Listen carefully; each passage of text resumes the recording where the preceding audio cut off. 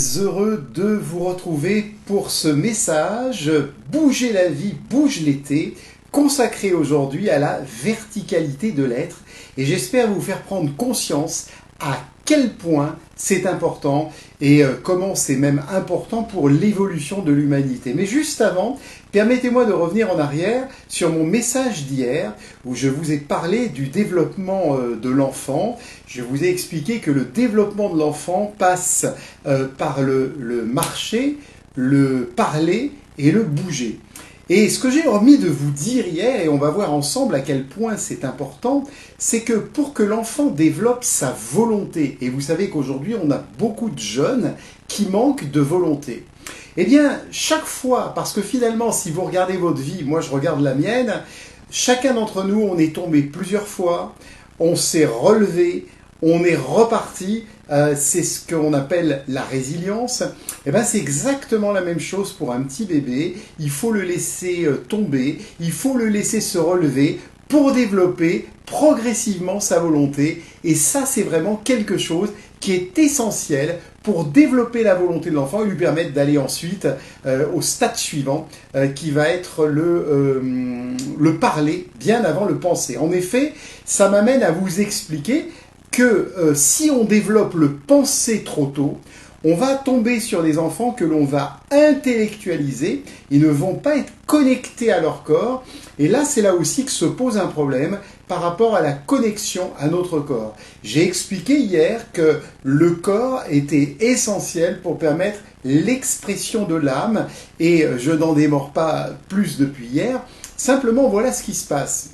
Pour beaucoup d'entre nous, j'en arrive à la verticalité de l'adulte, eh bien nous sommes confrontés à notre horizontalité, c'est-à-dire nous sommes tributaires de tout ce qui se passe autour de nous, de tous les programmes qui nous ont été inculqués par nos parents, nos enseignants, nos éducateurs, la société, c'est ce qu'on appelle les mèmes, c'est-à-dire, en fait, c'est ce que je suis en train de vous dire, c'est qu'en fait, nous sommes soumis à des tas de conditionnements, parce qu'il faut bien parler de cela, des tas de conditionnements familiaux, éducatifs et sociétaux.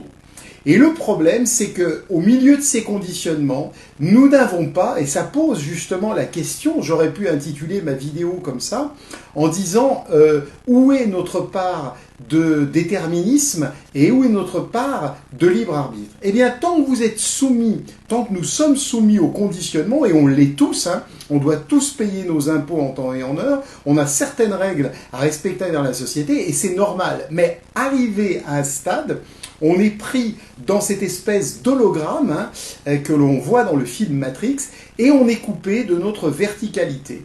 Et tous les grands sages, toutes les personnes qui se sont penchées sur l'évolution de l'humanité et l'évolution de l'humain en tant qu'individuel, ont découvert en fait que nous avons une verticalité, c'est-à-dire la reliance à notre source. Notre verticalité se déroule de deux manières, les énergies électriques qui nous connectent au ciel et les énergies magnétiques qui nous connectent à la Terre. Et en fait, l'un et l'autre sont fondamentaux parce qu'ils jouent sur le yin et le yang. D'ailleurs, au niveau du corps, on a le vaisseau conception qui passe sur le devant du corps, qui correspond à l'énergie montante de la Terre, et l'énergie descendante, c'est ce qu'on appelle le vaisseau gouverneur qui passe sur l'arrière du corps en descendant. Donc en fait, chaque fois que nous sommes coupés de notre verticalité, c'est-à-dire chaque fois que nous sommes coupés de notre source, chaque fois que nous oublions ce que moi j'appelle le double de lumière, le sens du sacré, que nous ne sommes pas connectés. Et la seule façon de le faire, j'en ai déjà parlé sur ces vidéos, c'est de rentrer à l'intérieur de nous-mêmes avec de la relaxation, avec de la méditation, d'être en contact. En fait, tout ce qui va vous ramener dans l'ici et maintenant, qui ne passe pas par votre intellect, vous permet de vous connecter à votre verticalité. Et plus nous serons nombreux sur cette terre à nous connecter à notre verticalité, plus le monde se portera mieux, puisque en fait, un petit pourcentage de personnes permet d'élever fortement le niveau de conscience. Mais il est vrai que c'est un peu comme on nettoie son jardin, car si aujourd'hui je nettoie mon jardin, que j'enlève toutes les mauvaises herbes, il n'y a aucune garantie que dans 15 jours, 3 semaines, les mauvaises herbes ne soient pas revenues. Ça veut dire que faut carrément, j'insiste bien sur ce mot actuellement, compte tenu des pressions auxquelles nous sommes tous soumis de plus en plus, à cause également de ce que j'ai expliqué c'est hier me semble-t-il, par rapport au fait que nous nous dématérialisons de plus en plus. Tout ça est préjudiciable à l'humain parce que l'humain a besoin de l'ensemble de son corps physique pour pouvoir matérialiser dans sa structure physique, en fait, l'énergie de la source, pour utiliser son incarnation, pour grandir, pour avancer et pour se dépasser. Et en même temps, chaque individu fait la somme de la conscience individuelle. Donc se relier à sa verticalité, c'est un effort quotidien, c'est quelque chose, comme on fait, je n'insisterai jamais assez, on parle toujours de notre hygiène dentaire, on va tous les jours se laver, on va aller aussi, si on fonctionne bien, tous les jours à la selle. Par contre, qu'est-ce qu'on oublie? C'est tous les jours, sans exception, d'avoir cette reliance à la source. Quand on est relié à la source, les énergies électriques, énergie du ciel, les énergies magnétiques, plus connues sous le nom de effet Stark, du scientifique qui a découvert cela, et l'effet Zeeman, l'énergie de la Terre, eh bien ces énergies vont se relier ici au niveau du cœur, qui, comme je l'ai expliqué, est un champ du cœur. Et là, nous sommes reliés à nos fondations, à nos fondements, parce que nous allons être dans une énergie de coopération plutôt que de compétition, et nous sommes reliés à notre véritable nature, le dernier degré de l'intelligence, c'est-à-dire l'intelligence du cœur.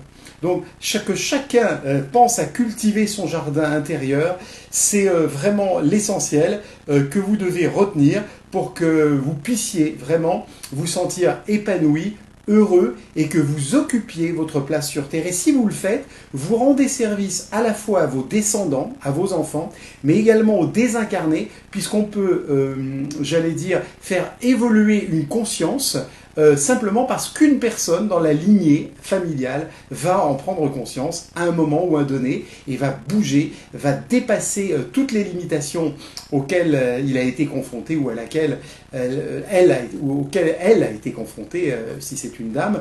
Donc c'est vraiment une clé fondamentale. Il n'y a pas d'âge, il n'est jamais trop tard. On peut vraiment se relier à la source à tout instant.